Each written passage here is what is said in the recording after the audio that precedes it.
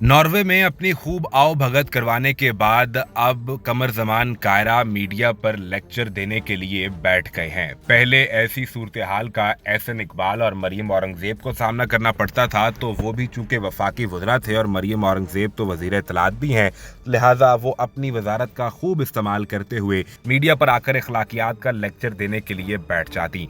अब आपको बताएं कि कमर ज़मान कायरा ने भी यही तरीका पकड़ा है। कहा कि कौन किससे राब्ते में है ये मेरे इल्म में नहीं है। वज़ीर-ए-आज़म के मुशीर बराए उमूर कश्मीर कमर ज़मान कायरा ने एक निजी टीवी को नॉर्वे में पेश आने वाले वाक़ये के बाद इंटरव्यू दिया।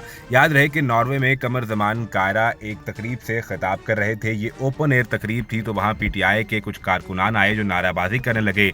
इस हद तक नारेबाजी की जा रही थी कि कमर ज़मान कायरा की आवाज़ तक सुनाई नहीं दे रही थी। कारकुनान के नारे इतने बुलंद थे कि सिर्फ उन्हीं की आवाज़ सुनाई दे रही थी। इस सारे मामले पर जब उनसे सवाल पूछा गया तो उन्होंने कहा कि ये मनफी सोच है जो फैल चुकी है। पीपल्स पार्टी की आइंदा की पॉलिसी से हवाले से उन्होंने बात करते हुए कहा कि लोग पीपल्स पार्टी में शामिल हो चुके हैं, मजीद लोग भी शमूलियत इख्तियार कर रहे हैं। आइंदा इलेक्शन में पीपल पार्टी वाज़े तौर पर अक्सरियत लेती हुई नजर आएगी। उन्होंने कहा कि 9 मई को फौजी तनसीबात पर इसी रवैये के बायस हमला हुआ और सरकारी इमारतें जला दी गईं।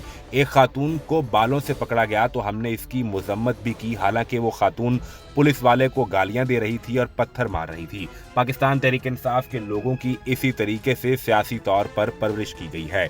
वज़ीर-ए-आज़म के मुशीर बराए कश्मीर अमूर का ये कहना था कि इस वक्त सियासी महाज पर कशीदगी है, इसको एक नया रंग देने की कोशिश हो रही है। अगर किसी ने जुर्म किया है तो उसका शफाफ ट्रायल होना चाहिए। उन्होंने मौजूदा सियासी सूरत-ए-हाल पर बात करते हुए कहा कि जो जमात या फिर जमातें हुकूमत बनाएं, सबको मिलकर मुल्क का सोचना होगा और कानून साजी करना होगी।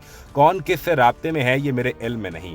उन्होंने कहा कि मर्दमशुमारी एक आईनी अमल है। वफाकी हुकूमत में पीपल्स पार्टी ने भी तहफ़्फ़ुज़ात रखे थे। मर्दमशुमारी में कोई गलतियां हुई हैं तो उन्हें ठीक होना चाहिए।